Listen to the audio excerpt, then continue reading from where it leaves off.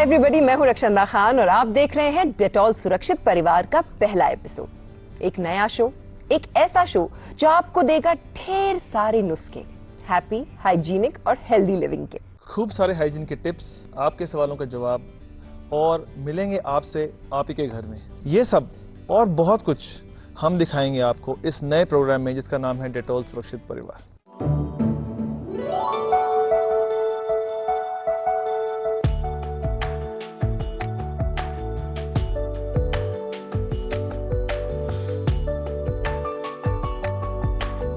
Dock, आपने कभी notice किया है कि जिंदगी की जो छोटी छोटी खुशियां होती हैं, जैसे आप सुबह सुबह उठते हैं और आपकी बीवी आपको एक गरम गरम चाय का प्याला देती है, फिर आप बाहर अपनी बालकनी पे जाते हैं और वहां पर ठंडी ठंडी हवा का मजा लेते हैं। जब बालकनी से नीचे देखते हैं तो वहां प्लेग्राउंड में खेल रहे छोटे छोटे बच्चों की हंसी आपको सुनाई देती है। लेकिन ये सारी चीजें आप एंजॉय नहीं कर सकते हैं क्योंकि आप हेल्दी नहीं है। और हेल्दी लिविंग का दूसरा नाम क्या है? साफ स्वच्छ जिंदगी और गुड हाइजीनिक हैबिट्स। इसी गुड लिविंग को ध्यान में रखते हुए आज का हमारा एपिसोड होने वाला है ट्रैवल हाइजीन के बारे में।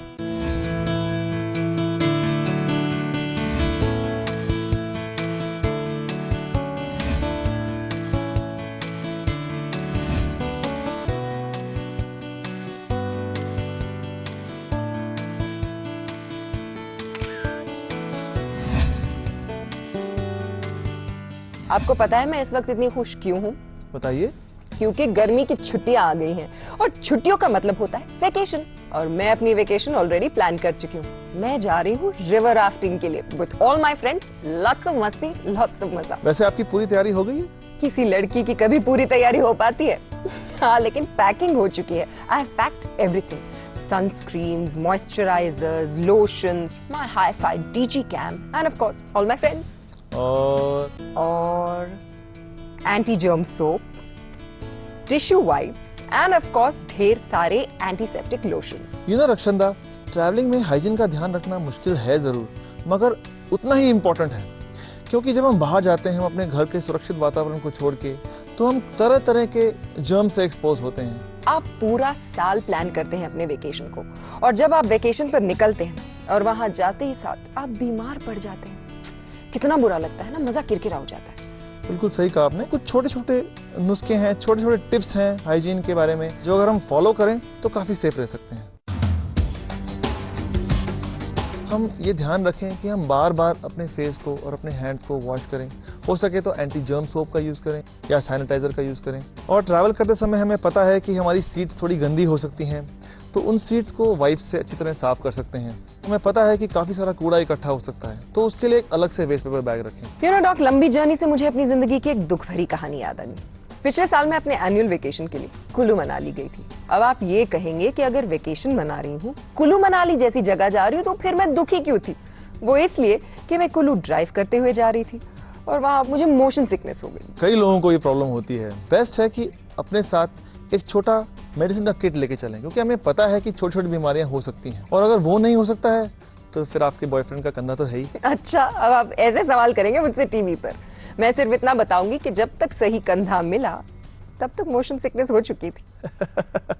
बट सीरियसली, आपके पास थोड़ी बेसिक मेडिकेशन तो होनी चाहिए। पेट की, सिर दर्द की या सर्दी की दवाइयां, खासकर रिहाइड्रेशन सॉल्ट्स हो गए या एंटीसेप्टिक लिक्विड, क्योंकि इससे हम काफी प्रॉब्लम से बच सकते हैं।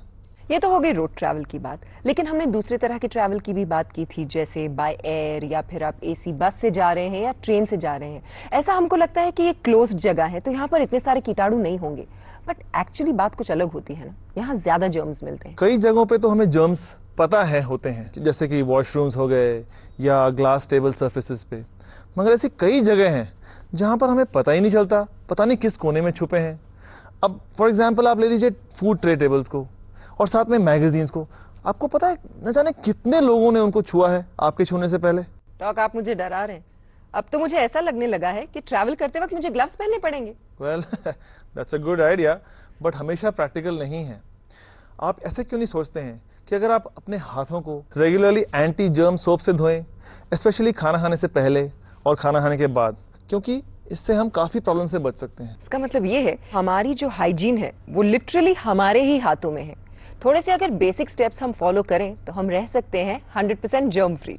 एक चीज मैं जरूर कहना चाहूंगा कि औरतों को ज़्यादा ध्यान देना पड़ेगा अपने हाइजीन के बारे में, क्योंकि ना सिर्फ वो अपने मगर अपने पूरे परिवार के हाइजीन को ध्यान रखती हैं। खासकर जब पर्सनल हाइजीन की बात करें, अपने आप को क्लीन रखना, फ्रेश रखना बहुत बहुत ज़रूरी हो जाता है। और जहाँ तक हो सके पब्लिक प्लेसेस में वेस्टर्न स्टाइल टॉयलेट का यूज़ न करें, क्योंकि हम जानते ही हैं कि बहुत कॉमन प्रॉब्लम होती है यूरिनरी ट्रैक्ट इन्फेक्शन, या जिसको हम यूटीआई कहते हैं।